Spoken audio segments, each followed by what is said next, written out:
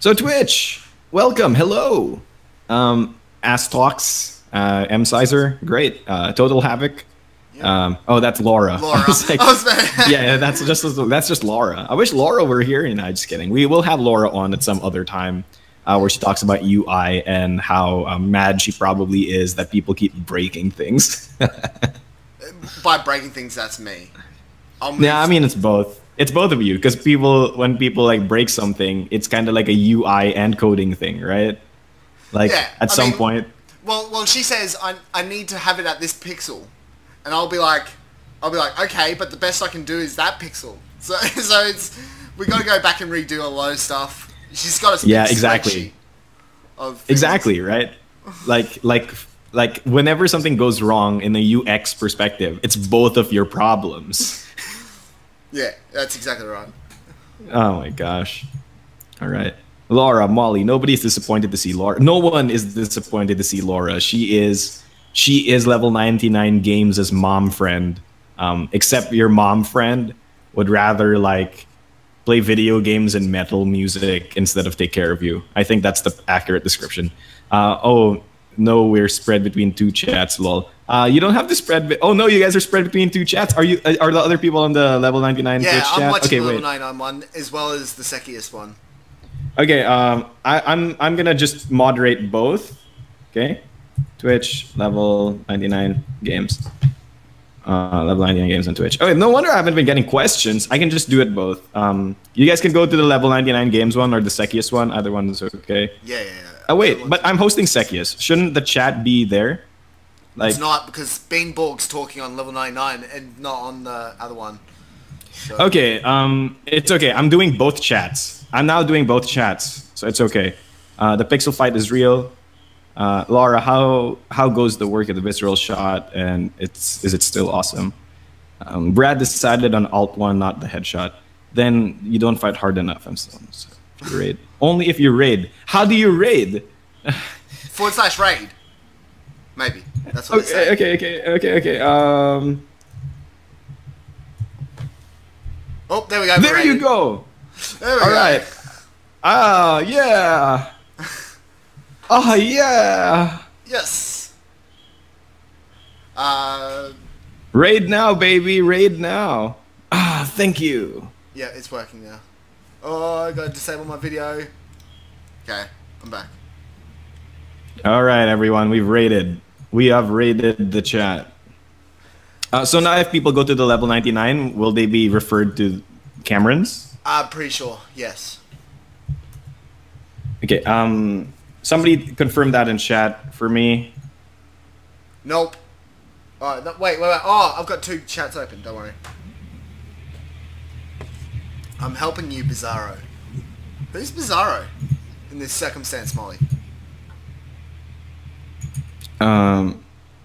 Maybe everyone. Because it's a crazy, noisy, bizarre town. If you would just show up to the level 9 channel, they could just type into that chat, FYI. Okay, you know what? Whatever. I'm just keeping both chats open now, okay? I have no idea what's happening. Bizarro. I just sang JoJo stuff. All right. Welcome, everyone, to the Level 99 Games frickin' finally Twitch megasode. I hope all of you are here. I hope all of you are enjoying. If you have any questions, okay, so here's our topic for this week. It's going to be understanding BattleCON Online, as well as mastery of BattleCON's core systems, because that's the realm that Cameron and I work in. So Cameron is the lead developer for BattleCON Online. He codes everything. So if anything goes wrong in BattleCON Online, it is most likely his fault. Yeah, and then I'm the guy who is the video maker guide boy. So if you guys need to learn anything about BattleCON in particular, system changes, or how does one system affect this update, or how does one system affect this character, if you want to learn a little bit more about like how to get better at the game, that's what you ask me. If you want to learn more about project stuff, it's most likely already been answered. So please check the comment section on the official Kickstarter. And if you want to learn more about balance, that's a different topic altogether. When we have Daniel Honig, Does it say Video Maker Guide Boy on your business cards? Actually, I don't have business cards. I wish I did. I wish I did. But my business card would indeed say Video Maker Guide Boy with an I. Yes, it's not a Y. It's an I. BOY is a gendered term. BOI is not. So that's why I use BOI. Okay, so anyone, please just ask us your questions, and we're actually ready to start right now. So if you guys or girls or non-binary pals, yeah, what's that Thomas Sanders things? Guys, gals, non-binary pals. Juto and Okay, here's the thing. Like, when you mean rebalance, do you think they're like broken or like too strong? Because Juto and Borneo are decent fighters. They're not cream of the crop, but they're not trash. Evil Hikaru when? So the real answer to the Evil Hikaru when question is he'll come once the Kickstarter ends or something like that. Mostly because he's a reward for backers, right, Cameron? Yeah. So he's already ready to go. Like, we were going to release him now, but the problem was we wanted to give it to Kickstarter people early. So we decided to wait till the day, probably the day that the Kickstarter ends will be the day that Evil Hikaru comes out, and you can, if you've backed on the Kickstarter, you'll be able to claim him for free. Yeah. Oh, and it lines up with basically Halloween. So yeah, he's spoopy. Yeah. Yeah, so it's that's all right. thematic. 1 day after is Halloween.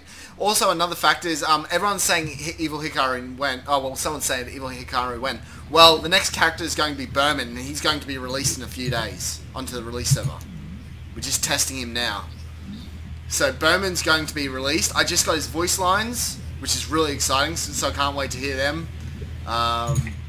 And he's going to be coming very, very soon to release servers. Is he French? What? I don't know. Is Berman French? I don't know. You don't know his voice lines yet? No, I haven't. Oh, okay. Yet. But yeah, Tannis when? Tannis I haven't even heard of, so I don't know when. Yeah. Implement Tannis. Okay. Cameron has a bit of a problem. So okay, in case you didn't know, okay, in case you're not on the BCO Discord and you don't know this, Cameron, can you explain like the theory behind which characters come out in what order? Like, what's the theory behind it? Okay, so that's very simple. So, for example, we did Hikaru first, and he had tokens to ante, right? So then we implement another character who has might have tokens, but uses a similar system, and then we only need to implement one feature. So, for example, for example, let's do a better one with Kadath and Kimbei. So Kadath uses a trap, so we had to implement that. But Kimbei uses a trap and some certain other aspects like standing on the trap to give power bonuses. So then we only had to implement one feature to implement Kimbei from Kadath. So that's how we do it. So so for example, Berman only needed conditional sources to be implemented. So then we started working on him, and same as Evil Hikaru, I believe, he needed conditional antes. So we did them, because I only need one feature, so the next fighter will only need one feature onto that. And so then we keep expanding, and eventually we'll get to Seth, Sagius, and all that, and they'll have all the things implemented. And we won't need to do too much. We'll only have one feature for each fighter to implement. So yeah. Yeah. So it's usually a function of, like, basically how similar is that fighter to our other current fighters. Pretty much. No, Yazik. Evil Hikaru is not the skin for Hikaru. Evil Hikaru is an entirely separate character, much like Evil Ryu is entirely separate from regular Ryu, right? Yeah. So Evil Hikaru is not a costume, no. No. Oh, and Kif, you're not wrong. You're right. Cherry actually isn't far off from Evil Hikaru, because Evil Hikaru can force clashes, and that's Cherry's entire thing. Yeah. Yes, but good Evil Hikaru is a skin for Evil Hikaru. Yes. Does anybody want to know the story behind that? Cameron knows it. Enderbite for BCO when? Cameron, when is Enderbite? I haven't heard it, so don't know. Okay. So the thing is, I've got a list of people going to implement. Like, this is Andrel. Andrel's wrote a list of, we only need one thing for this guy. So then we write down the list, and so if it's not on my list, I've only got up to Season 3 at the moment, right? So I've got the end of Season 3. Eerie very soon. TM, very very soon. But no, we've got a list of things that we got to do, and so if I haven't heard the name, then it won't be implemented in season 2 or season 3. Okay, so Cameron, can you pronounce Erie's full name? No, I cannot. Irialandra Morella. Okay, do it. Andre Marella. I can't even speak English. Oh, come on. Something else. I said, teach a read, Seki. I said the full name, everyone. I said it. Irialandra Morella. It's not hard. It's like the ultimate irony. It's the only name we can all agree the pronunciation of. Like everybody else, we don't know how to pronounce their names. Remember Haikaru? Remember when Brad dropped the Jaeger bomb? Jaeger bomb, dudes. Jaeger bombs. Not Jaeger bombs, Jaeger bombs. Yeah, so Brad came out and said it's Jaeger, not Jaeger, which everyone thought it was. But then it's your interpretation, guys. Whatever you think it is. No, it's so bad. It's so bad. Yeah, I was talking to Brad about this on stream or something, and he said that, I told him, there's 2 official sources of how to pronounce that name now, because you say it's Jaeger, but the official BCO voiceover says Jaeger. so Brad's like, uh-oh.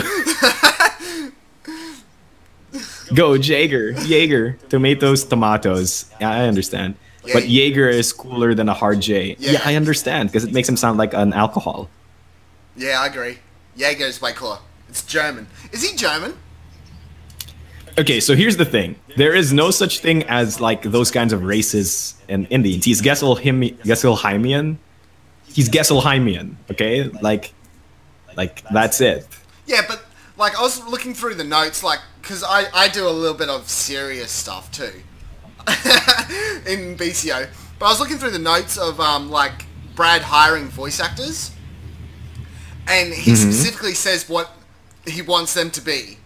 So he was like, for Kimbe, he's like French, like Canadian French, and that's how like she got the French thing. And same as Serafina, he wrote German on it.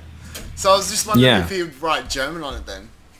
Well, he'll probably sound exactly like whatever accent his sister has. So yeah.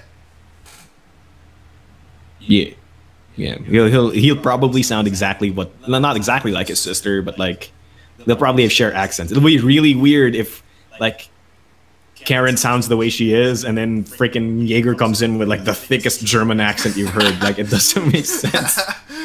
Yeah, that'd actually be really funny though. I guess it would be. Brad's all about those memes though, isn't he? I mean, of course. I mean, have you guys heard Evil Hikaru's lines? Say, so you can say, but can you say, oh, come on, man. You can't do this to me. It is a question. I can't pronounce that. His name is Kenny, okay? His nickname is Kenny, all right? Wouldn't it be like Sionda or something? No. I think it's like Keanu. It's Keanu. Oh. It's like, do you see my fan art submission? I have not seen your fan art submission just yet. I haven't done the showcase for this week. So if you guys submitted anything in the past week, I'll probably be working on it later tonight. Later tonight for me, because currently it is like 9:30 a.m. Please, everyone, do you have questions relating to BattleCon? Yeah, it's Keanu. Like Keanu Reeves. I think that's how it's pronounced. Like Keanu. Laura. Oh, I'm gonna laugh. Yes, I'm gonna laugh. Total Havoc. I think it's Keanu. Oh, I don't know how to do the last name, but like the first name is Keanu. That's why his nickname is Kenny.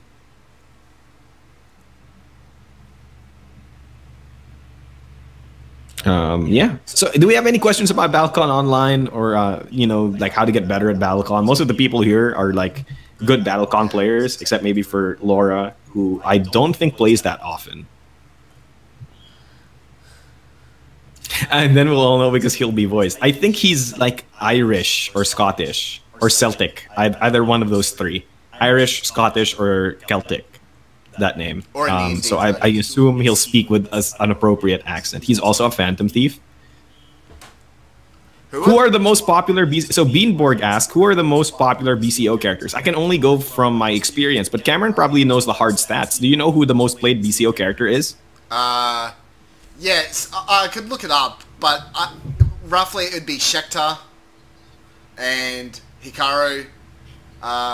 You normally see them two played an awful lot just because they're beginner level. But a lot of people it just depends on the free roster.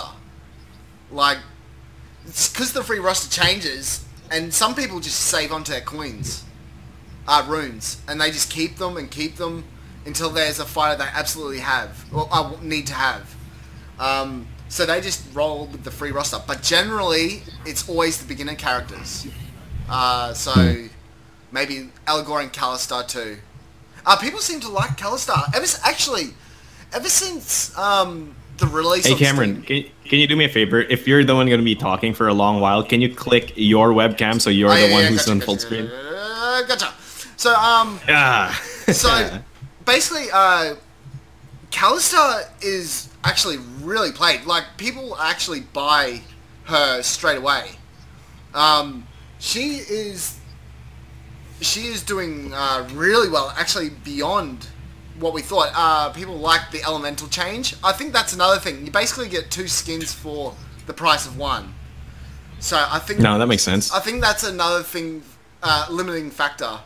But yeah, that's pretty much it. It's pretty much Callistar, to be honest. That I've seen. Okay. It's Callistar. All right. So she's the most bought character, is what you're saying. Yeah. And besides, Callistar has a really cool, like, brawler skin. She's the only character with an actual brawler skin. So there you go. So how's the numerical metrics looking for BCO? What's the highest concurrent matches you've logged, Cameron? The highest match... Believe it or not, Cadenza's got the highest win rate across everyone. I mean, of course. Cadenza's like... Of course. Because he's so easy to use, even newer players can just dominate with him. So... His win rates are like 70% against the whole board. Oh jeez. So yeah, like, that's crazy, isn't it? I think there's yeah. I think there's only one person, I can't remember who it was, who has a 50 or 60% win rate he has against. Everyone else is higher than 70%. Yeah. Okay. I'm pretty sure that. Who's that? I think it might be Callistar? I'm not sure. Like, one of the people with Ignore Stun Guard probably is it. Probably Rook. No, so Cameron, the question was, like, what's the highest number of concurrent matches we've ever had? What's the highest? Highest concurrent matches we've had was 120 people playing at one... 120 matches going on at one time. And that's when the servers all broke. So that's like 253 no, or something? No. So there was a lot of people who weren't in game and they were just looking at cards. There was about 250 plus that we saw before the servers just decided to destroy itself. According to Steam stats, it was people with their Steam overlay. It was 230 people with Steam overlay enabled. On the server, it showed 260, but then it crashed. Yeah. Okay. So Sizer says he likes losing to beginners totally on purpose. He's a good BattleCON player. You know what? You're a good BattleCON player, Sizer. I accept that. You know, if you like losing to beginners, that's great. That means they feel good about playing the game and keep playing the game more. How is the reception so far since the open beta? Okay, so I think this is more of a me question, right? This is a community thing. Most people have been really positive about it. There are a few people who are like iffy or negative about it, mostly because of, like, you know, it's growing pains, right? Like, we have stuff like login issues or UI problems, and I think that's just all stuff that Seki will probably fix in open beta. I mean, like, that's the point of early access, right? We get the feedback so that we can, like, fix it before we release it as a full product. In saying that, Marco, we've already fixed the login. You don't even need a battle connection count now. You can just simply press play now and you'll be playing. You don't need to do anything. Yeah. It's linked to your Steam account. So that's great. Yeah, so that changed a lot of things. We got a lot of players from that. That's good. Let's move on to the next question. Are we ever going to get some special flash, like voices or animation for Callistar killing herself with Supernova? Like I've always wanted this thing wherein like finishers got like cool animations. I actually do a lot of like custom edit animations for finishers. Like when I did like temporal recursions custom edit where he like blasts you off the face of the earth within the crater. Is that within our scope, Cameron? Is that within our scope? Probably not. I mean, we can do it, but it's another money thing. Like, we're spending so much money on implementing fighters so we've got more content. I don't think, at the end of the day, having finishers have animations isn't the best thing to be spending our money on when we can be doing new fighters and new stuff. So it is a logistics thing, unfortunately. But it would be nice. Who knows? BCO is doing really well at the moment, financially. Yeah. So, I mean, like, who knows?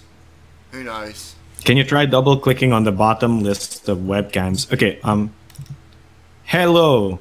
No, it's not doing that thing. It's just, it might work that way in a conference call, Sizor. It doesn't work if it's like just two people. So Cameron basically just has to switch every time somebody's talking. So Cameron, that's your job now. Yeah, I'll handle the chat. I'm on it. All right, great. He said there's only one where it dips to 50, so I guessed Marms. Yeah, possibly. It's either Marms. It has to be like Marms or Rokyok. I'm pretty sure it's either Marms or Rokyok, either one for the Cadenza low win rate. And I just want to give some feedback here. Like Elephant says "lol," which is really funny in response to the Cadenza thing, because Cadenza's totally not like, he doesn't deserve that win rate. I'm not saying that like, oh, Cadenza's so easy, he shouldn't have a high win rate. I'm saying that like in higher levels of BattleCon, Cadenza will not have nearly as close of a win rate to even 70%. Like he's probably closer to 50. It might even dip lower depending on how skillful the opponent is, because that's just the kind of character Cadenza is. And yes, Kev plus Ultra, and yeah, that's great. In saying that, let's see. Yeah. The only reason Cadenza's win rate is so high is simple, because of the cast currently. He's only got like 2-3 bad matchups, and the fact that he's so easy to play. And so, like, that's the only considerations. If you took him to higher level events, this is why he hasn't been nerfed, by the way. Andrew refuses to nerf him, besides that battery nerf. Because when you take well, he nerfed Hydraulic too. Oh, did he? Yeah, so he might have nerfed Hydraulic too. Then, but he refuses to nerf him significantly because at high level play, he's not as good as what the stats make out. Yeah, he's trash. He's basically trash. No offense. Like if you get to the high levels of play and you play a character with a decent or good matchup against Cadenza, he's like, it feels like he can do nothing against you. I mean, like that's just how it works. He's like a wall. A lot of people have complained about Cadenza actually, because they feel like he's cheating or something like that. Like, oh, the opponent's using Cadenza, it's cheating. I kind of like liken it to like aggro decks and like CCGs, right? Like everybody feels like it's cheap or unfair or something like that. And I understand where they're coming from, because it's a bad play experience when you like come up against a deck that seems to like not really work hard to win. But at the same time, like you have to understand that you could also just play the deck, and like you chose the deck you're playing, right? And you like making those decisions. So if you're mad that your opponent isn't making decisions, it's just not the same thing. You know what I mean? Yeah. Like it's even more true for Cadenza than for aggro decks, because against aggro decks, you can at least say, oh, he kills me so fast that I don't get to make decisions. But in BattleCon Online, you always get to make decisions. Literally, like every beat plays out exactly because you make certain decisions. So like you can't say that your agency is reduced because you're fighting Cadenza. It's just that maybe the way your character plays against Cadenza is not the same way you expect them to play against everyone else. Like, you know, when you're playing a character like, let's say, Schecter, you have to play dramatically different compared to how you're playing against everyone else. Because when you're Schecter against anyone else, you like outspeed them and you stun them. But when you're against Cadenza, stunning is not a thing. It never happens. Yeah. Astox asks, with both BCO and Unleashed doing so well, plus the big factor of tighter balancing, this really feels like a new era for BCO as a whole. Thoughts on the future from both of you? So Cameron, what do you think is the future of BCO or BattleCon as a whole? I think we just need to get more of the cast in. It's doing so well financially. So Brad's committing to the... I'm pretty sure he's committing to the 1 month a fighter, or maybe 2 months. a fighter. But I think the future is just implement different features. Like Eri uses forms. No, Carolyn. Is Carolyn the one that uses 3 forms or something? No, that's Eri. That's Eri. Carolyn has 2 styles every beat. Oh, that's right. Yeah. So we're implementing Carolyn soon. So it's not that hard, right? Well, the 2 styles bit's going to be a bit tricky, because we need to add up some more stuff, and even for the UI. So the future of BattleCon is looking very bright for it, from my side anyway. It's doing really well at the moment. I hope it continues to do really well. I hope that our queue times stay around the minute mark. They're around 3 to 4 minutes at the moment, at worst.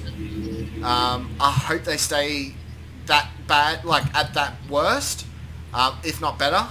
But to be fair, we were expecting like 40 people on concurrent on BCO, and we hit 250 within 10 minutes. And now it's sticking around the 100 mark. We've got 100 people constantly online. So I think the future is so bright for both products. That's all I can say is like it's just really great. Marco, your thoughts? Yeah. Well, I think that so you already covered like development side. Like from a community perspective, I think BattleCon's like this is like the golden era at this point. I think because we're reviving like the most like popular set that we've had. BCO's out, so whenever people want to play BattleCon, they can, and when they want to play physical, they can. Like there's now so many ways to play BattleCon that it's absurd. Like we have 4 different ways. You want to play physical, play physical. You can't be with your friends, but you want to play like it's physical, you can play like BattleCon on Tabletop Sim. If you want to play something that's automated and does all the math for you, that's BCO. And at the end of the day, if you want to play like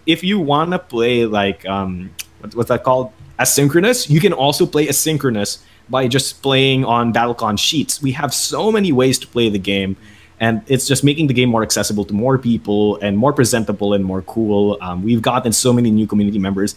Actually, a lot of the new community members are people from an old game that I used to play. Like we're seeing people like Calmify. We have Plas coming in from Duelist, and you know I was on chat with these people before. They probably don't remember me because I have a different username back then.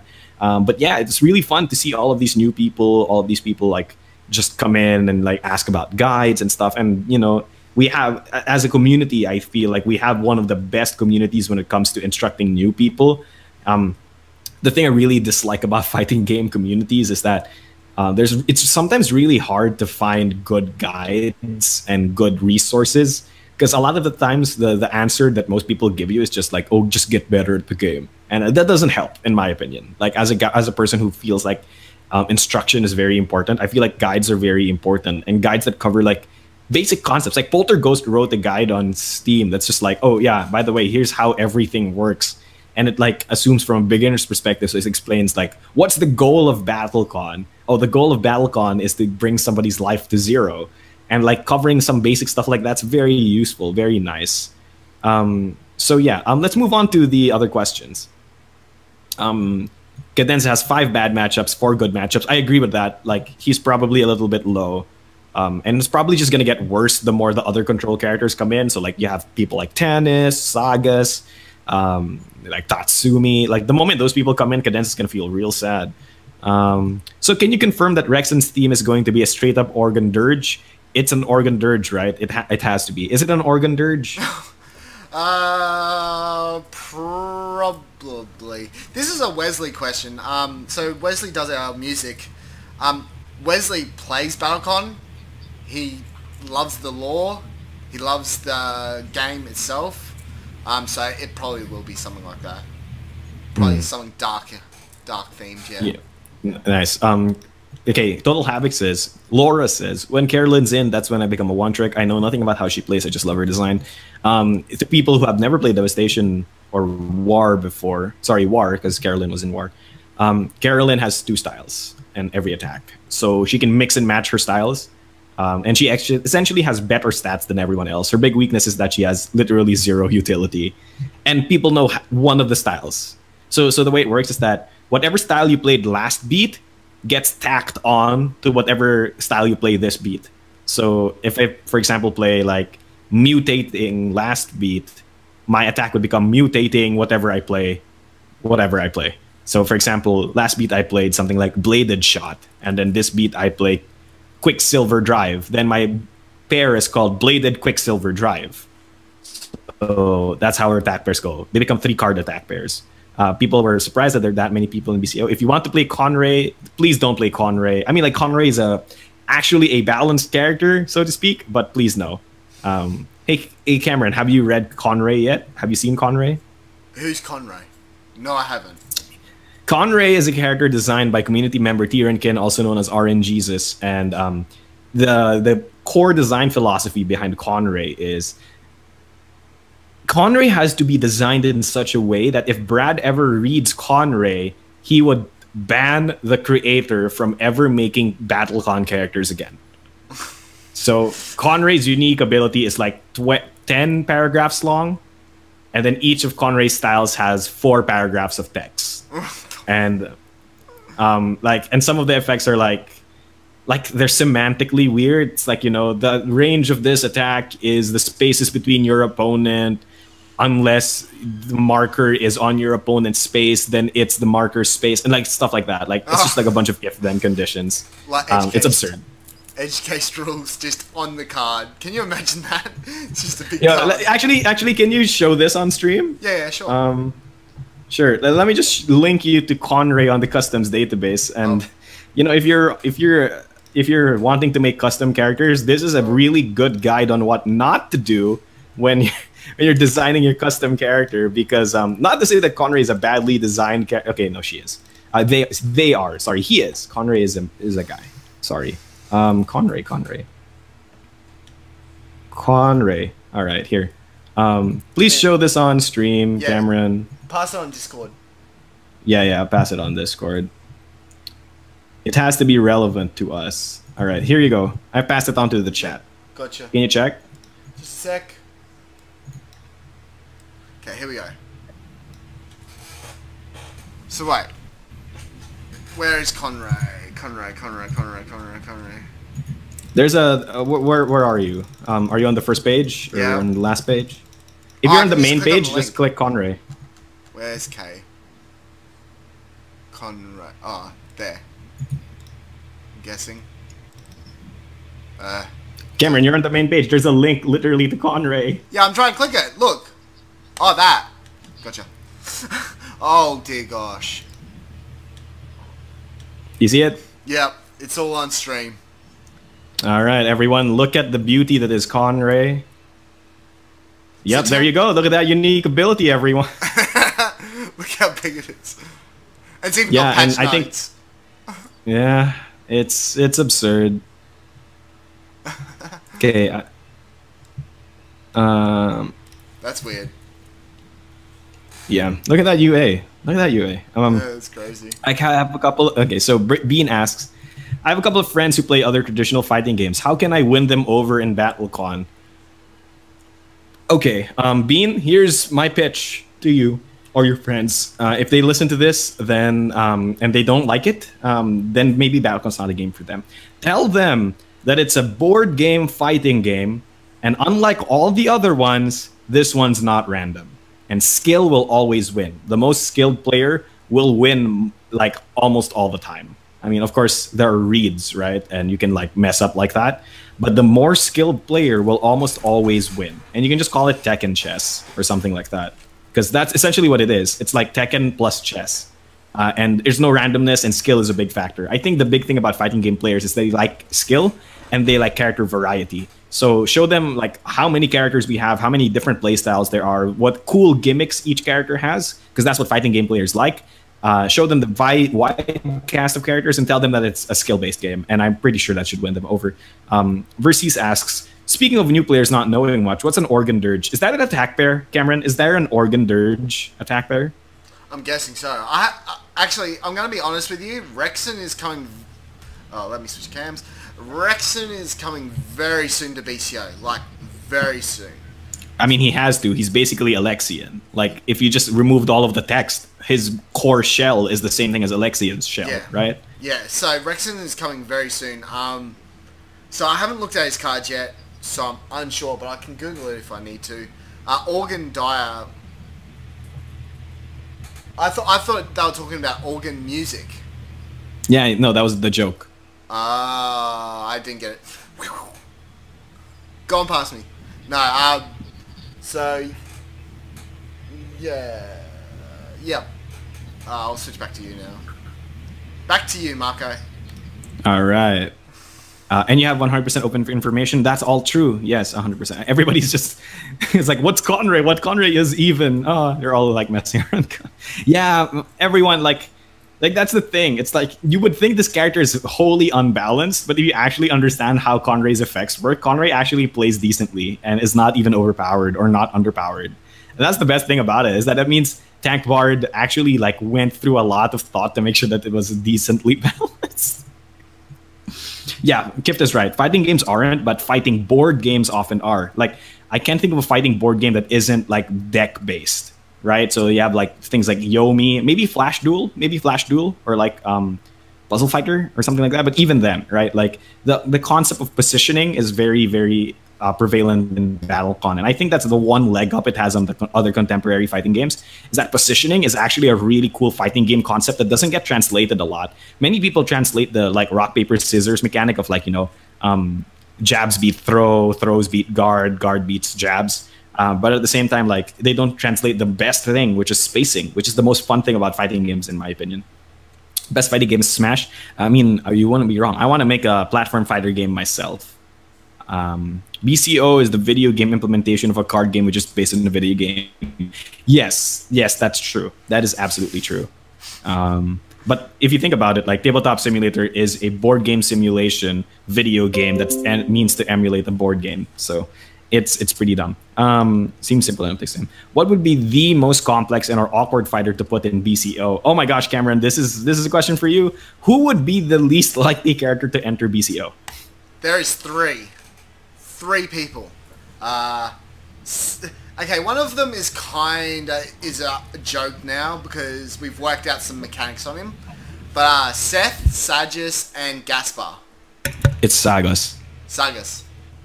Yeah. Really? That's how you pronounce it, yes. Sagas. Like the actual word saga. Oh, okay, Sagas.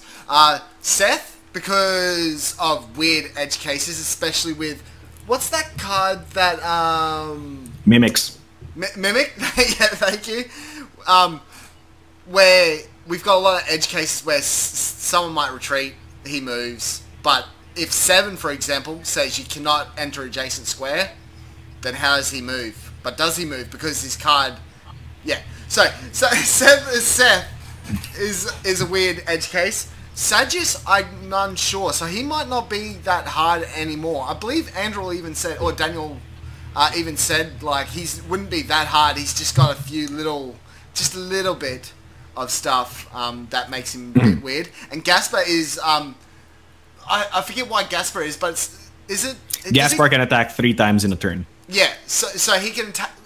Aren't they markers though? Yes, but he can attack 3 times in a turn. Yeah. And they're not Gaspar. So each of those markers is actually not Gaspar. It's a different fighter entirely. So if there's an effect that says, like, opponent takes damage when they do thing, like, the marker, like, Gaspar doesn't receive that effect. Yeah. And he doesn't attack from the marker spaces. The markers attack separately. It's stuff like that. Like, stupid rules. Yeah. But yeah, they're the 3. They're the 3. Yeah. Would you know why Sagus isn't? Does he have any weird cases? It's not that he has... Okay, so Sagas has 2 cards that are weird, because he has 1 card that technically negates the other card, but you already have that in with Mikhail, right? So you can just... Sagas has a style that says your opponent's style becomes blank. So that's essentially Mikhail's unique ability, right? You've already coded that in. The other thing that might not be in the game is that Sagas has an ability that lets him copy somebody else's style. So he has a style that says this becomes a copy of your opponent's style or something like that. And the problem there is that you might have effects that, like, move the gate trap or move something. And I'm not sure how that's going to end up in coding or whatever, or how that's going to reference or whatever. So yeah, that's the complicated bit. Also, it might be a balance issue in Sagas mirrors. So now that we have Force Gauge in, Sagas' unique ability allows him to ante a mirror token, which lets him copy the stat bonuses. So for example, somebody like, I don't know, Schecter does like 5 malice anti, right? That gives her +5 priority, right? If Saga's antis his mirror token, he would get the same buffs. So now Sagas also has 5 priority. Get it? Because he's mirroring what they're doing. Yeah. Okay, but now we have force in play, right? You have the like force power, force stun guard, force priority. So what happens if Sagas fights Sagas?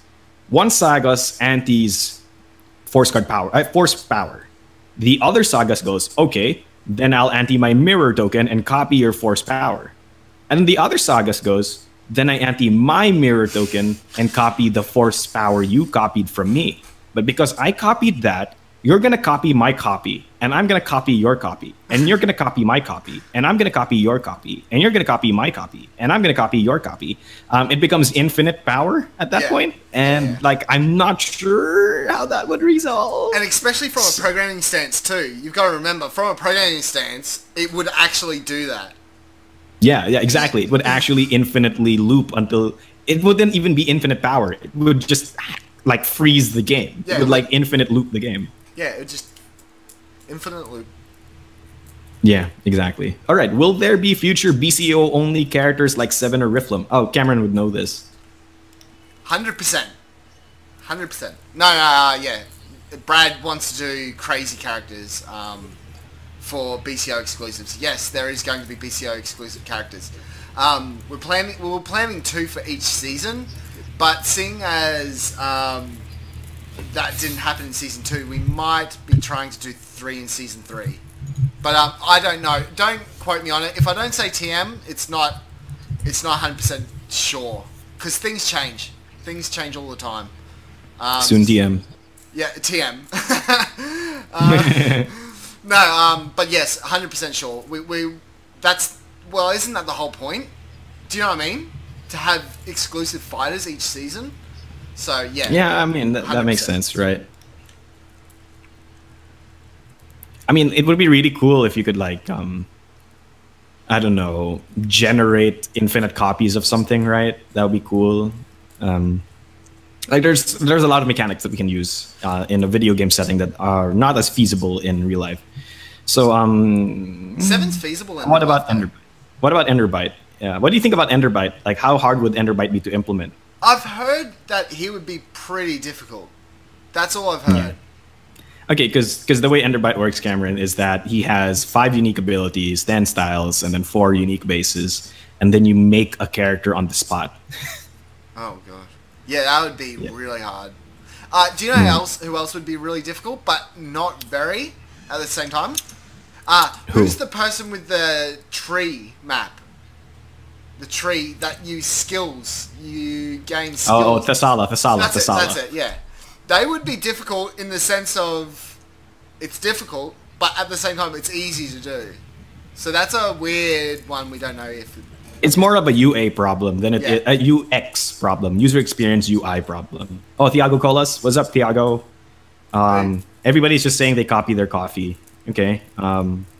Hey, what board game is that behind you, Cameron? Age of Sigma. Warhammer Age of Sigma. Oh, you're a Warhammer boy. No, not really. I just got into Lord of the Rings war game. I just bought it. It's just sitting there. See the houses? Can you see the houses? That's my terrain, man. And got the rule book right here. But yeah, I love war games. Yeah, that's why you want an Indians war game, right? That's correct. All right. That's correct. Okay. Will Source of Caesar include a new VA work of Caesar saying lines like tubular and cowabunga? You know what? We could do it. We've actually got the framework where we can so he'll use his normal lines for some things, but then it could switch to costume for other things. Like so, for example, his intro could be. Hey Cameron, can you click on yourself? Oh, yeah. You're talking. Sorry. The framework for the server, Chad has really designed it really well. So we could make like intro lines specifically to just surf up Caesar or Caesar. I don't know how you pronounce it. And then he'll use his other voice lines for everything else. If it doesn't detect that it has a custom voice line, it'll divert back to its base base costume for its voice work. So that's, I'm sure we might do that actually for Surf Up Caesar. I'm pretty sure we might. That's great. That's great. Okay, what else? Now switch back to me. I'm just gonna remind you that you can switch back to me. Okay, so here's a question people always like tell me. It's like, if Syndra can be on paper, so can Seven. Yes, we get that. We understand. But Seven being a paper exclusive, a video game online exclusive character has a lot more to do with just than whether or not it's feasible for her to be on paper, right? It's a lot about user experience and also a lot about like incentivizing people to play BattleCON Online, essentially, right? It's not just whether or not we could have Seven on paper, because we totally can, because we have multiple characters who do similar things anyway. But it's more about like overall experience of playing as the character, as well as incentivizing people to play BCO. That's pretty much it. So if you're asking about the feel, Seven has weird interactions and stuff that, like, for example, it's just weird to like, because the thing about Syndra is that she swaps everything. You know what I mean? Like, she doesn't swap one at a time. She swaps everything. So when you play Seven on paper, it'll be like Seven on BCO. What essentially happens is that every single time you swap out a new card, your opponent will look at the new card and go, so that's what that does. And then whenever your opponent needs to know what cards are in your hand, they're going to be like, which cards are in your hand again? Because it's not one set or another set. Seven can have multiple combinations of whichever cards are upgraded in her hand. And that's a big problem, because at any moment in time, your opponent technically, if they don't have a reference card that has check boxes that tell you which cards have been upgraded and not, it's pretty hard to deal with. On the other hand, if you have characters like, you know, it's easier with characters like Joel. I guess you could say that it's like Joel, but instead of replacing styles, it replaces bases. I could feel you there. I could understand. But Seven has way more changeable styles than Joel has changeable bases, I think. And a lot of Joel's bases are actually just straight upgrades or side grades to regular bases. Like Iron Star is basically just a strike. So it's not as big of a problem as Seven's cards entirely changing their effects. Hey Cameron, does Surf's Up Caesar fight with a board? Like a surfboard? Yeah. Yep, he does.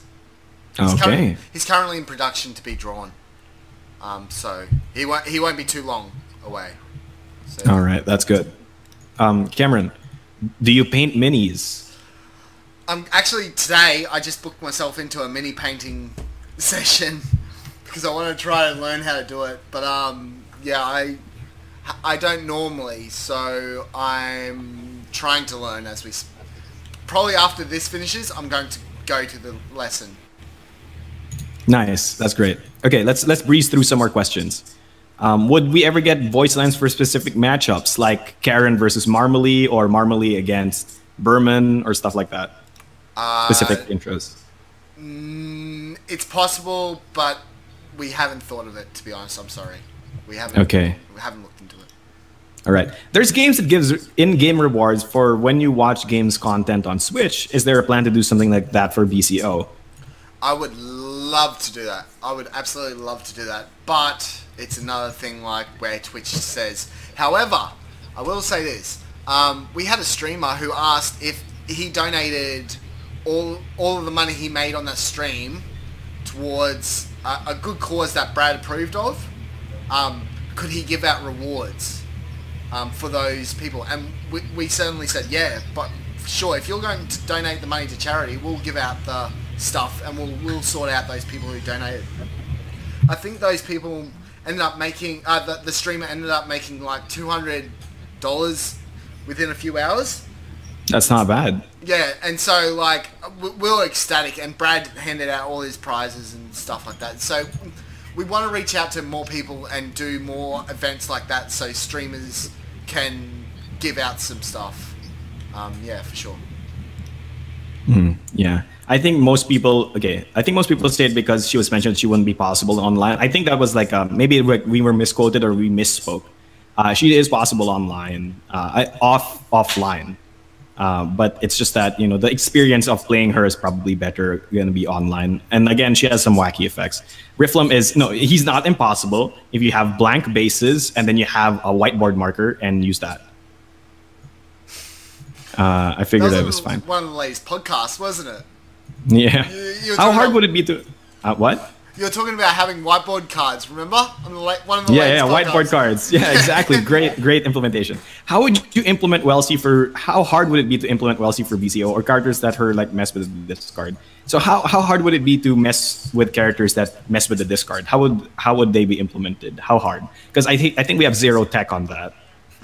I don't know. I honestly don't know. It's one of those things where we'd need to look at it and assess from another standpoint. Yeah. I don't actually do any of the fighter stuff. Andrew does the coding of it, and Chad actually does the back end. And so they both come to me and say, listen, we need this done in the client so that the server tells the client that he needs to update this. And so yeah, I don't know, but I'm pretty sure we are doing discard stuff. So I wouldn't be surprised if it wasn't that hard for Andrew, to be honest. Okay. So let's just breeze through more questions. Marco, you're echoing.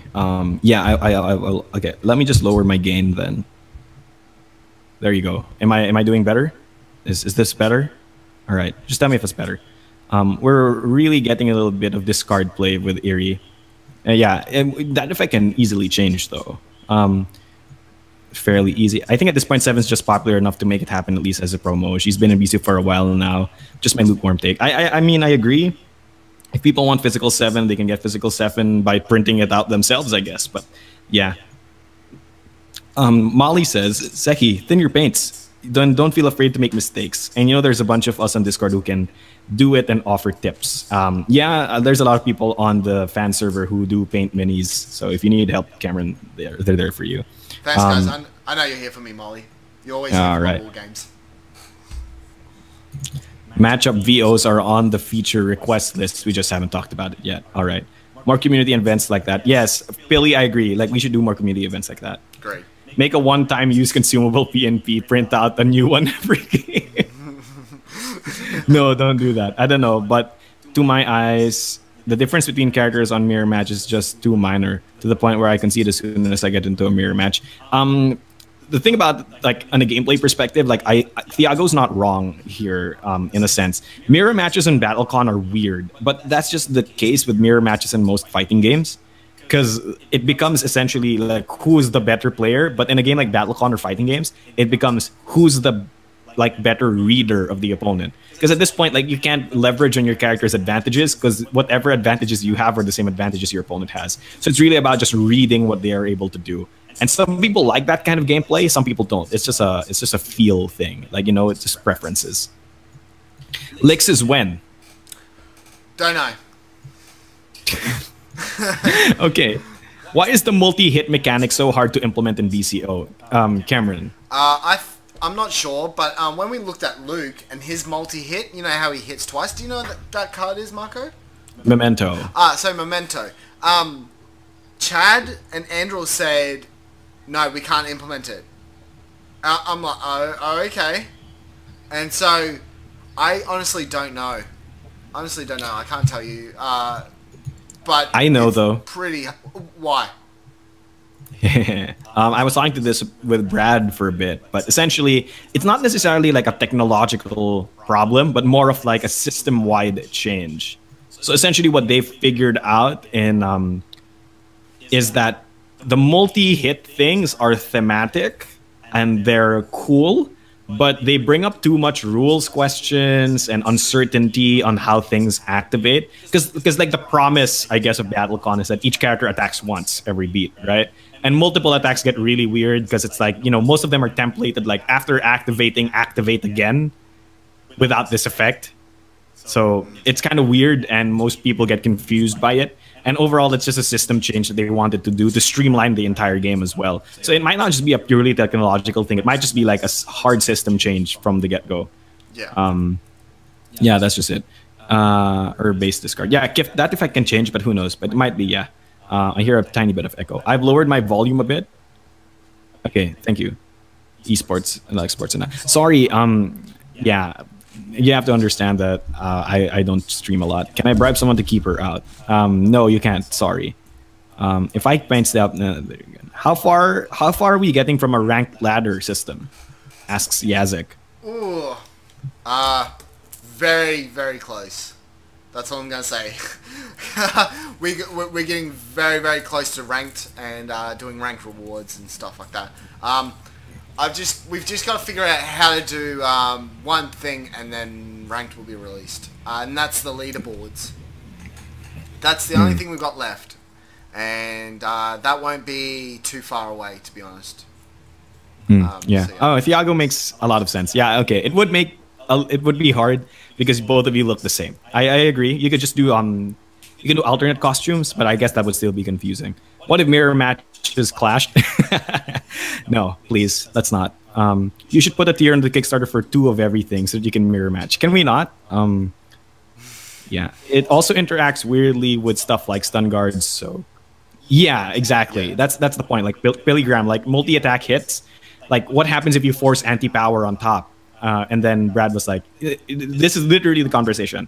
Brad was like, multi-hit attacks are weird. And I'm like, yeah. He's like, hey, you know, how do they interact? Does anti-ing power on top of that, like, give you 2 attacks that both get the power? No, only your first attack gets the power. And he's like, the mere fact that we have that edge case rule shows you why this is a problem. And I'm like, okay. And so that's just the case.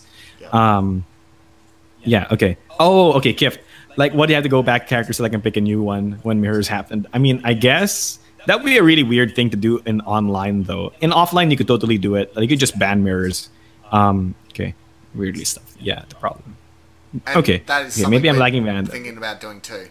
In matchmaking and ranked, you will not be in a mirror match. Oh, really? Yeah. Is that a thing? Yeah, we're actually considering that because it's just not fun. It's just not fun. Yeah, I mean, okay, here's the thing. BattleCon is not designed with mirror matches in mind, in case this wasn't very clear. Because every time you get a set of the game, there's only 1 copy of each character. So mirror matches are technically impossible. Yeah, that's right? So that's the deal. I mean, like in tournaments, you could probably have mirror matches. So in tournaments, mirror matches are okay. Because the tournament players essentially can use... It's a skill test thing, right? And in mirror matches, reading is a skill. So that's okay in tournament settings. Okay, the alt skins get more popular as time goes on. People get used to their faves, and more skins are released. The more opponents colored red, and yours is gold. Yeah, color blindness hits that. Yeah, I mean, some of the costumes don't look the same at all. Yeah, so it's not that hard to tell. Does this mean no more multi-hits in paper ever, or is it just a case of being much more careful with them? For online, I'm sure it's going to be a case of like being much more careful with them and not having them anymore. But I'm not sure for paper. I'm not sure if like... Because after Devastation, if you've noticed, none of the paper characters have multi-hit attacks. Fate and Trials do not have multi-hit attacks. And that just goes to show that... And if there are multi-hit attacks thematically, they're usually implemented as, like, you just gain bonus power. Yeah. So if you think about it that way, I think it might be, like, no more in paper ever. Beanborg says, how about a separate queue only for mirror matches? Don't think so, buddy. Okay, will ranking take into effect ranking of character plus player or only player? So basically, I think they're asking, like, is it going to be like how good you are as a specific character or how good you are as an overall player? I think it's going to be overall player. Let me switch over. So yeah, it's going to be overall player, I believe. I mean, we can do it character, but at the same time, then we have really high level people jumping onto a new fighter and just destroying everyone because they're actually super high ranked, but their character is really low because they haven't fought anyone in it. That's part of the reason why. Yeah. I think player is a good idea. All right. Alien Ropeburn asks, Arbco, any idea if no time limit as an option for private matches will be implemented? This is something we've been talking about as well. The problem is, this sounds tricky because then we need to design all new UI for it. That's the only thing stopping for us, basically. Other than that, no. Wait, what's the UI that you'd have to change? Setting your time limits. No. They just want no time limits. Yeah, but but what if they're versing a friend in a practice competitive match? Then we'd have to allow time limits for some people and no time limits for the rest.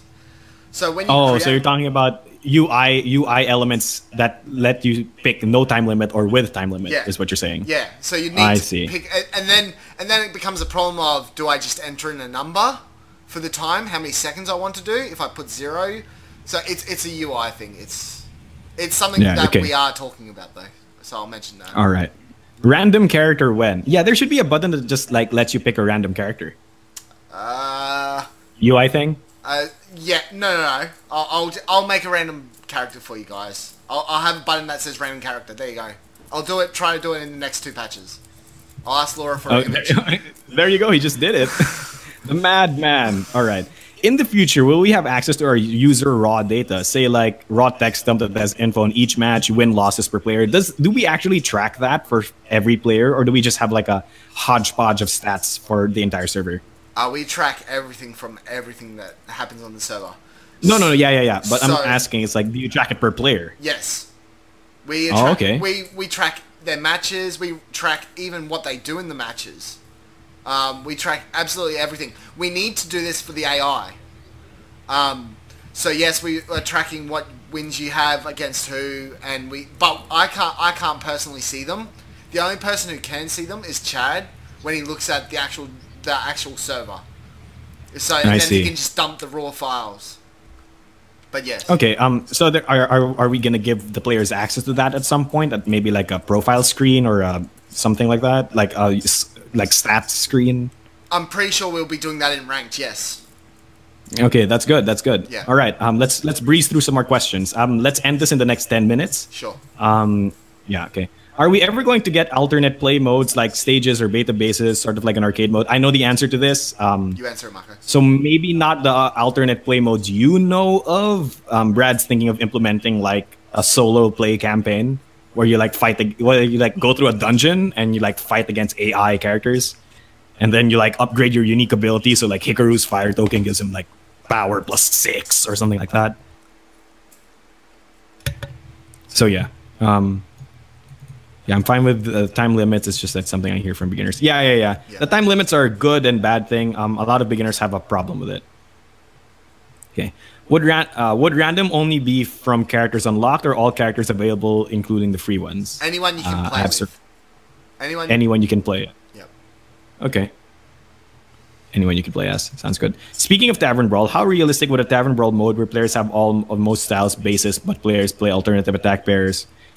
Yeah, so Kif, Brad has spoken about this on the podcast multiple times. A Tavern Brawl mode wherein, what do you call it? A Tavern Brawl mode where we like implement certain rules changes, like stuff like, both players start at 5 health, or like force at 20, or maybe stuff like what you're saying. It's like silly stuff wherein maybe you guys play with different set of bases, or you have to play alliterative attacks. Like that's a thing that he's planning to do. But how close is that to development, Seki?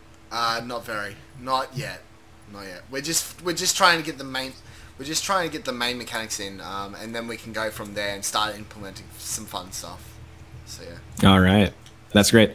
I'd love to see that when it's released. Okay, wait, we're getting Battle Quest. It's not Battle Quest per se, but it's very similar. Yes, yeah. Very similar. You might end up fighting some sort of boss character near the end after you've upgraded your character to all the stuff. Yeah. Will we get Armory? I mean, not in the form that you see. It might be a BattleCon Tavern Brawler or something.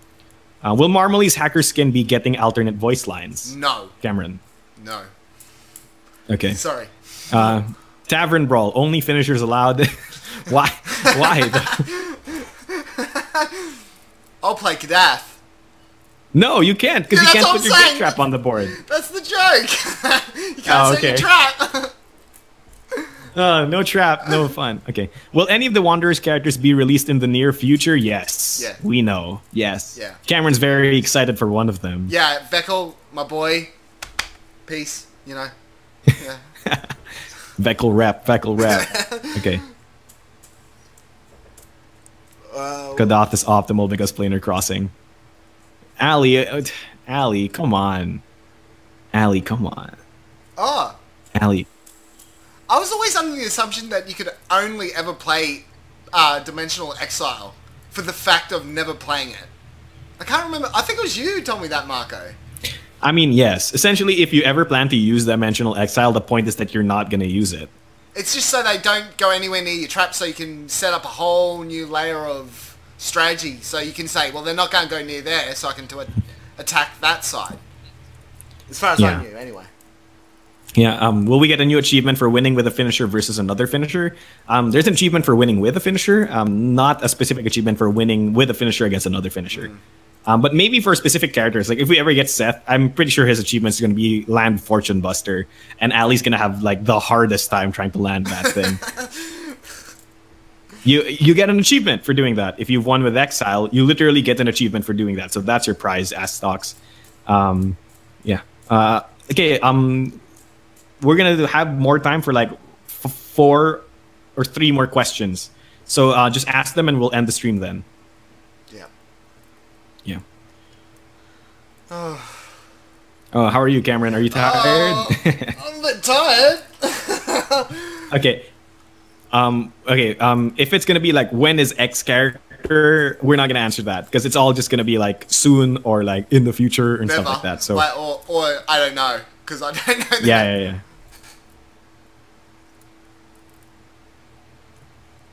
Yes, that does count as a question.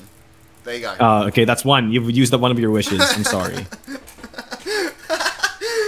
One goal. Come on, please. I've won finisher versus finisher Caesar versus Mikhail. I mean, no, can we not? If a shark and a bear were to have a fight, who would win? Shark, wouldn't it? No, dude. It depends. What's the terrain? What's the context? Oh, yeah. Right? Are they in the water? There's too many variables. Like, are they on land? Too many variables, Marco. We just don't know. Yeah. At the end, I think the bear shark wins. Okay, no, but serious questions. Because if you guys keep asking troll questions, we're just going to end the stream now. Yeah. Yeah. I'll never get that achievement because it requires me to play Seth badly, and I don't want the troll as my favorite character. Yes, Ali, I know. That's why I was kidding. Molly, please. On the player skill. Can we not, everyone? Can we not? Seriously, this is your chance to be talking to like the developer of BattleCon Online, and this is what you do with your time. To be fair, they all pretty much chat to me non-stop on BCO Discord. So if you're not there, go join BCO Discord. You'll chat to me all the time. Can somebody in the chat link the BCO Discord right now? Yeah, please. That'd be... okay, here's a very good question. Will there be a colorblind mode for BCO? Yes. Yes, we are definitely...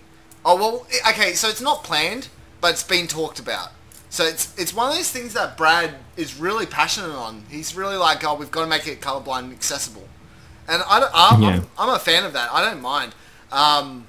But at the same time, it's changing a little bit of stuff. But yeah, it's definitely being talked about, and it's definitely something that Brad wants to do. Yeah, one very cool thing about BattleCon in general is that Brad has always been very adamant about colorblind modes. Even the physical game is colorblind friendly. And if you've ever wondered why the styles or the bases have those weird icons, like, you know, how Clockwork has a triangle on it for whatever reason, right? Or some other attacks have hexagons and weird shapes. It is literally just for colorblind people.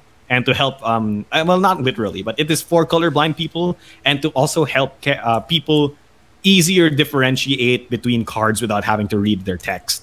And this is also a big effect of BattleCon Online's design. So we have specific style art for every unique card in the game, right? So we have a specific art for every unique card, and that just makes it easier to distinguish between two cards for people who are colorblind. Because in the original game, right, all of the art is the same, and the only difference really is the name, the text, and the color. So yeah, that's why the weird symbols are there. Kift asks, when and or how will we be able to get the skin avatars available in the game? They're currently non-available. They're currently non-available, but they're in game. So the costume ones. So say you buy Captain Hikaru, you'll get the Captain Hikaru avatar with it. I'm pretty certain. However, I was working on a avatar shop literally 3 days ago. So you'll be able to buy, say, for example, Rook York's bullets or Kadath's Gate Trap one, the card art ones, you'll be able to buy in the Avatar store. So that's coming very, very, very, very soon. So all right, yeah, that's good. Are there plans to release more skins regularly for existing characters? Yes, there's a lot of plans. We want to deliver them. For example, I'll spoil one. Dancing All Night Kimbei, where she's got a staff, and she's back in the 70s with a big afro. She's gonna be top notch. So yeah. I'm so mad. So here's the thing, Cameron. Yeah. I don't know if you understand the multiple layer joke between having a Dancing All Night Kimbei skin. It's not just the fact that she has an afro and looks like a disco dancer. You know that, right? No. Unless you don't get the joke. No, I don't get it. Okay. So any of the Persona fans in the chat will understand how that is such an annoying joke, because Kimbei's elite skin is Phantom Thief Kimbei. So it's just Kimbei is just all Persona references now. Oh, So okay.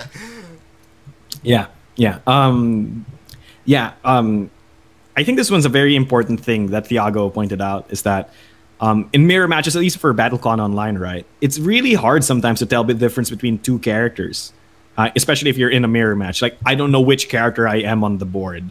Yep. Will there be an easier way to differentiate between who I am and who my opponent is? Yes, we just won't allow mirror matches. So, I'm just being blatantly honest. Like, we're talking about just disabling mirror matches altogether. In quick match and rank match, so yeah. Okay, I mean, like, I guess that's one way to go about it. I mean, like that, but yeah, there should be more ways, but we'll look into them too. For now. Anyway. Okay. Somebody asked, if I have the alternate skins as a Kickstarter backer, will the icons come along with them? What happens if I bought alternate skins before the avatars came out? Asks Molly. You will get back paid. 100% get back paid. Anything you.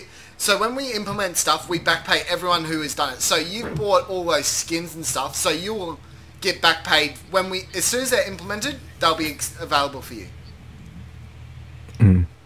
Okay, great. Does Kimbei have a cat that forces her to go to sleep? Say yes, Cameron. Yes. Okay, great. No need to disable mirror matches. It's fun depending from character to character. I think that's the point, right? Like Mirage, it's entirely an effect of whether or not the overall experience is fun. Because for most characters and for most people, mirror matches are not fun. Not at all. And in high-level play, you could say it's pretty fun. I think some mirror matches are fun. Like Rifflum mirror matches are hella fun. But I think that's the deal about it. It's like, when making an online game product, I think you're trying to appeal to as much people as possible. And if the general feedback is that mirror matches aren't fun, and if we've conceded from the beginning that the game was not balanced around mirror matches, that might just indicate that there's like there should be an option to play it, but it shouldn't be the default, right? Yeah. Problem is just differentiating. Would we ever get alternate stages like the background? Okay, I'm going to answer that simply. Yes. So you'll be traveling the worlds of Indians eventually. We just need to get them painted up. Yep. That's beautiful. All right. So I think that's enough time from us. Unless, do you want us to end in 15 minutes instead? Like, here, the viewers. Viewers, do you want us to end now, or should we end at, in 15 minutes instead, so that we round out this hour at least? Just tell us in the chat. If Cameron still has time, do you still have time, Cameron? Yeah, I'm all good. Okay, sure. So tell us if you just want to ask more questions. We're just going to end it so that it rounds out. Yeah, more 15 minutes. All right, sure. Okay, we'll do that. We have the time, and it's just 15 minutes anyway. Yeah. Okay. More Calistar, in my experience, is who ignites first. Yeah, mirror Calistar. The arenas we get on paper would make for some really good tavern brawls. Exactly. That's exactly what Brad was talking about. About like turning just some of the arenas into actual tavern brawls would be good. Yeah. Round out the hour. All right, we'll round out the hour. Never end, stay online forever. I'm sorry, we can't. You're not our masters. Will there ever be a use for runes that isn't buying fighters? Avatars. Buying skins? Avatars? Yep. The elite skins cost runes. Yeah, elite skins and avatars, yeah. Yeah. Thiago, yes, there is currently a way to get an elite skin by leveling a character to level 10 and then buying it with runes. And it's only like 1,000 runes, which is the cost of another fighter. So, but if you get to level 10, you have all the runes you need. Yeah. Like you probably have 10,000 runes or something, so you're fine. Yeah. Yeah. And runes is in-game money you earn by just playing the game. Other than just the elite skins, you can always get avatars. We're not sure if there's going to be like elite rune skins for like I can answer that. other things. Yeah, sure. There is one planned skin for runes at the moment, and that is. Can you tell who the fighter is? That is Tycoon Dimitres, and he's holding a cane. He's already drawn up, and he's got like a hat with a feather in it. You're talking about like Rich Boy Demetrius. Yeah. All right. His name's Tycoon Demetrius. But yeah, he will be 5,000 runes. And you will not be able... Okay. I'm pretty sure you will not be able to buy him with coins. So that the whole thing on it is that if you can afford this, then you're actually been playing the game for that long. Like, you deserve it. So yeah. All right, that's great. Also, chat, it's Demetrius. I keep pronouncing it Demetrius in protest, but it's actually pronounced Demetrius. Demetrius. And I hate it. Okay.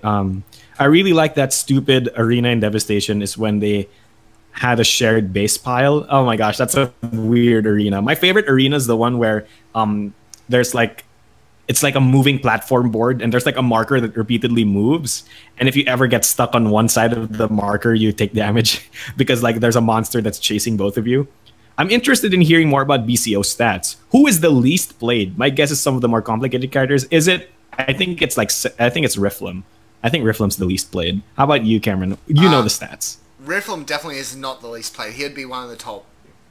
Yeah, of course. because everyone wants him just because he's BCO exclusive. That's the only reason. He could be terrible. Well, no. A lot of veterans actually main him, like me, right? Yeah. That's what I'm saying. Like, because he's BCO exclusive, people love to play him. You know what I mean? Like, that's the only medium you can go play Riflum, is BCO. Or you could probably play in Sheets. But, yeah. Least played, I honestly don't know. I'd have to look at the stats. Yeah. But, in my opinion, it's actually Schecter. Like, in recent times. Yeah, probably. But she was the most played back before Marmaley, actually. She was one of the most played. Yeah. All right. But I'd actually probably say someone like Seraphina or Marmaley would be the least played. Seraphina or Marmaley, yeah, that makes sense. Like, because they're not necessarily complicated, but they're hard to win with. There's a big difference, right?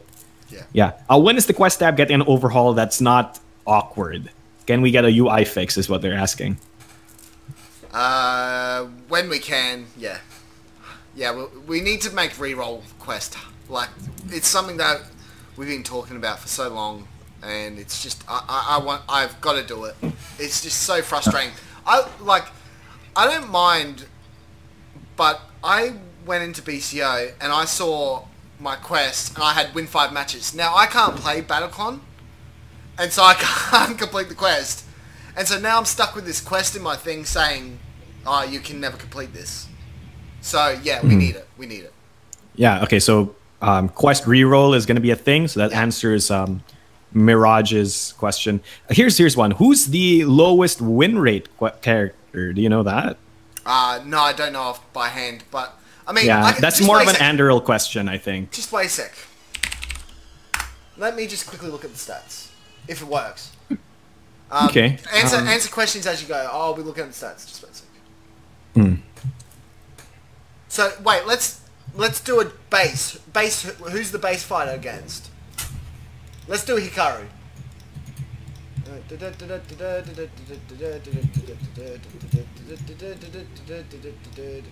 I'm just selecting all the fighters I want to... Kimbe, Seraphina, Marmaley, Magdalena. So that's it. Riflum is weirder, Mag. Yep. Okay, so that's it? It's Magdalena? No, wait a sec. I'm just selecting them to see. So I'm just lining up the highest matches. Oh, I can even show you it, kinda. Just wait a sec. I'll show you it, kinda. All right. I'll just answer some questions while you're doing that. Yeah, Riff gets a lot of play. I understand, Thiago, that you want to unlock them, but yeah, it's a thing about like BattleCon Online being a product.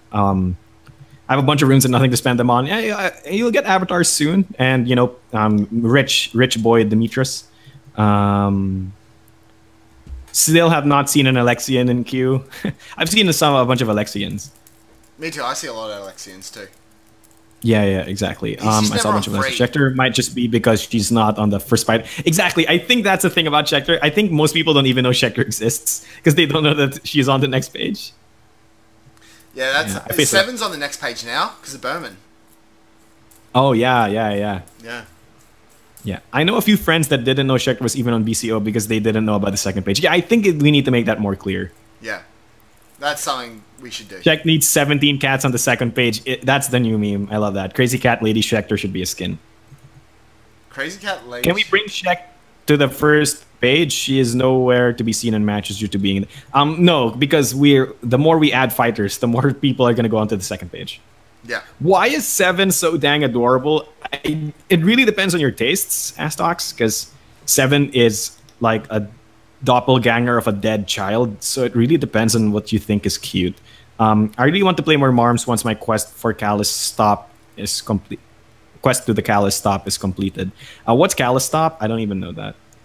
5,000 or yeah. It really depends on, like Ali, like I get to you that's paper change, but to many people it's not. Number one, you have played over like 500 games or some junk. Number two, you have like an 80-something+% win rate. So of course you're gonna have so much more runes than everyone else. Hooray! Yeah. Sorry. I'll do that. I'll do that in 7 voice. Hooray! Did you find the thing? Did you find the stats? It's loading. Look, I'll show you. I'll slowly put it onto stream. See, this is my stats. This is my stats. I just click on who to who and what patch, and it tells me all the stats about the character. But they're not. It's not loading at the moment, so I'm assuming it's being really slow. So it might be down. My stats. Oh, okay. All right. If it comes up, I'll tell you. But probably lowest win rate has to be like assuming on average. I'd probably assume it was either 7 or Riflem. Yeah. Right? Because they're really hard to play, and newbies would just get destroyed by them. It's kind of like the reverse cadenza effect. I find dead doppelganger children adorable, then that's fine. Each Mallows token is a different, very angry cat. I would love that. Wait, yeah. What? What's that about 7's lore? Yeah, okay, look. 7 is she's a doppelganger from the Minus Realm, much like Sagas is a doppelganger. And none of the doppelgangers actually are who they are. Like, they're just duplicates of other people on Indians. So, like, Sagas is actually a duplicate of ancient hero Sevri, who held the staff. And Sagas just copied him. And at the same time, 7 is actually a duplicate of a Gesselheimian girl who is a peasant or something like that. Yeah, so that's the lore behind 7. She's a doppelganger of another character. But she's like a weird doppelganger in that she's not like a quote-unquote complete doppelganger. That's why she's like white, right? Instead of having actual colors on her skin. Is there any chance we could get just a scroll bar of fighters instead of the page swap? It used to be a scroll bar, right? Yeah, we removed it because scrolling on a diagonal is not as fun. Okay. Yeah, because your mouse slips off it. It's just terrible. Yeah, don't worry. I think there should just be like the buttons for changing pages should just be more visible instead of just those 2 small arrows. Yeah.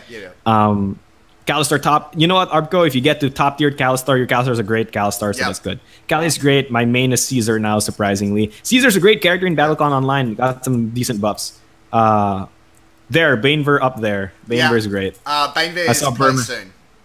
Probably. I mean, he's not hard to implement either because his UA is literally just implementing Mikhail's UA, right? Yeah, that's right. I saw Juto on there. Hey, come on, guys. Who knows? Maybe we were tricking you. All the fighters are on there. Just warning you now, all the fighters are on that list, but they're not implemented. Yeah. Astrox, doesn't Sagas want to be like better than his original something? No, Sagas wants to be as good as him.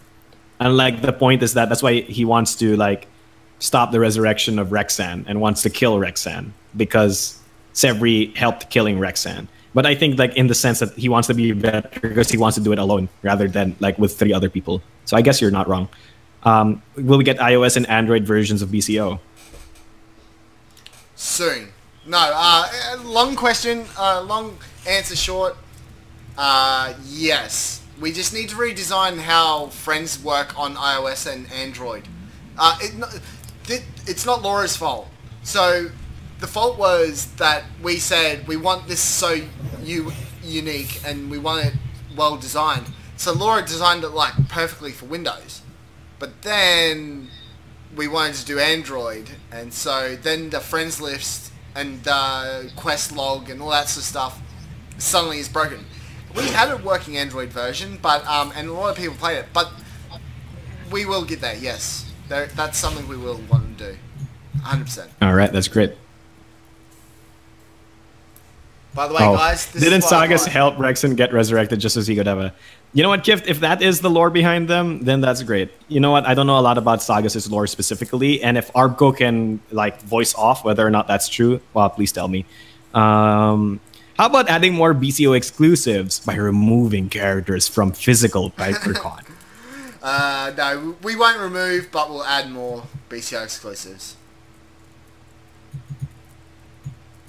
I always get confusing feedback about Seven not being a doppelganger. Okay, I mean, she's a denizen of the minus realm. It's not 100% clear whether or not she is a doppelganger. She might just be like a special minus realm denizen or something. I mean, but I guess she's really malleable. Like that's the thing. It's like here's the thing.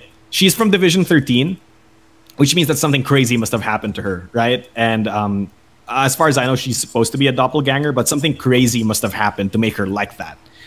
So maybe Brad's just saying that she's not exactly a doppelganger anymore.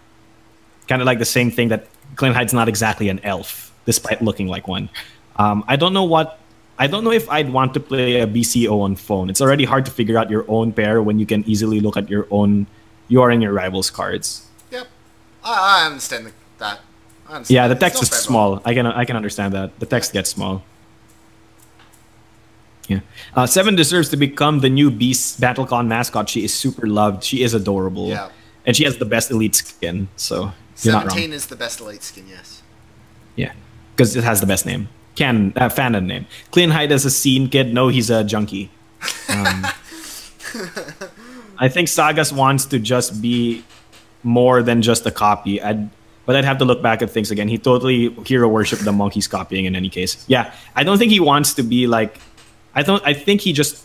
Yeah. He doesn't want to be better than Sevri. I think he just like wants to be his own person. But he copied Sevri. Like I guess Sagas had that like edgy teen phase where he wanted to be like his hero. Species scene kid. UA keep the rave alive. Oh my gosh! Now you're just giving me like so instead of like the shock sticks, he has glow sticks. Is what you're saying? Because that's what they look like, right? All right, so we have one last question. One more time for one last question. Please make it a serious one, and we'll end the stream. Thanks for being here, guys. This was great fun for me. I had a blast. Yeah, Seki. Seki. Not ending yet, but I'm just saying. Thanks for being here. Yeah, Seki is a really cool guy because, like, you know, most developers aren't very vocal and don't really talk to a lot of people. But like, Cameron's on chat like 24/7. And he like participates in the memes, so he's always great to have around. I love the memes. The memes keep us floating. Of course. Match pairing will be done. Yes. Oh wait, let me click on me. Hold on. Yeah, match pairing in ranked will be done by Elo/MMR. So if you just started in ranked, obviously you could verse someone like Elephant who has just started in ranked. But as Elephant gets up to tiers. He will have a longer wait time than you because he'll be on a higher pedestal, and there will be MMR. But eventually, you could potentially be matched with Elephant if there's no suitable founders. I see. No suitable suitors. Okay. And here's the last question we're gonna have. Seki, what are you most looking forward to adding to BattleCon Online?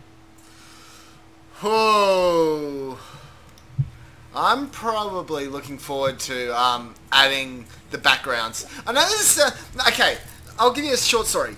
Okay, so I came up with this masking software / tech for BCO. The most thing I'm looking forward to is animated backgrounds. Okay, so I've already developed the framework for it. All I need Laura to draw it. Now I say that all I need is her to draw it. That sounds really optimistic, but she needs to draw it, and then we can have animated backgrounds in the back and like sunsets and sky, and you know, like yeah, that I'm looking forward to that. I love visual things more than technical things. So I'm really looking forward to that. Okay, and I think if you asked that question to me, the thing I would love to have in BattleCon is just more fighters, specifically some of my mains, because they're not in the game yet. So it's fine. It's okay. It's totally fine that none of my mains are in the game yet. It's okay. I'm not mad or anything. It's okay. It's okay. It's okay. All right. All right, guys. Yeah. Okay. That's it. Last meme one. Can Ali get their own queue, please, to protect everyone else from being wrecked? I mean, technically, Ali would be in like. Ali would be literally top 1 legend or something. Yeah. Well, we got legend points. Oh, just a sneak peek. We are doing legend rankings and leaderboards for ranked play. So, like someone like Walrus or Elephant might be on top, and their name will be in a banner on the top. And then you got the 2nd place and 3rd place, and then you got the few down up to the top 10, and then it starts listing people. So yeah. All right. That's great. Are you doing that now or? Yeah, we're working on. I've already designed it. It's already implemented. Oh heck yeah, dude! That's great. So, Laura designed it ages ago, and I implemented it ages ago. So, just wait for patches, I guess. Yep. All right. So thank you so much for tuning in to the official Level 99 game stream, hosted on Sekios' channel, the developer for BattleCON Online.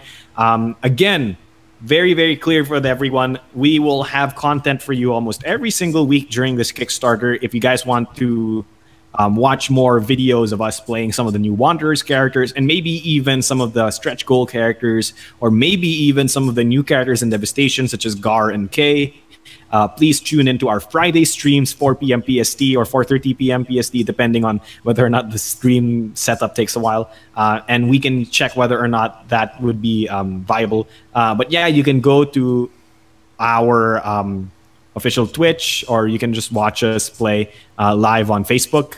We will link all of you. Don't forget, just watch out in the comments section of the Unleashed Kickstarter, and you will be able to see it there. If you have not been able to watch any of them, don't worry. VODs will be coming up. It just takes some time to upload them.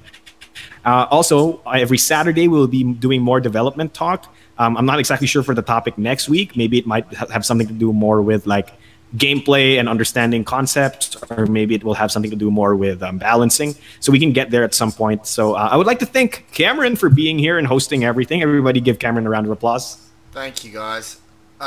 Edits in clap. Clap, clap, clap, clap, clap, clap, clap. Yep, there we go. Thank you. Oh, thank you. 2-finger clap. That's... Yeah, that way it doesn't peak the mic, right? Thanks, Marco. Thanks for having me. Genius. All right. So thank you all so much, and I hope all of you had a wonderful time. Share this with your friends if you find it cool, and if you found anything here that's very useful and informative, please share the stream and the Kickstarter with anybody who needs it or anybody who wants it. Heck, even with your enemies. Maybe then you'll make a new friend. So without much else to say, as usual, it has been me, your host, Marco dos Santos, also known as Mechanic Critic, and with me has been my amazing, amazing Twitch host, Cameron Najemski. Yeah, there you go. Thank you so much for watching. Don't forget your special action, and thank you, World of Indians. Thank you, and good.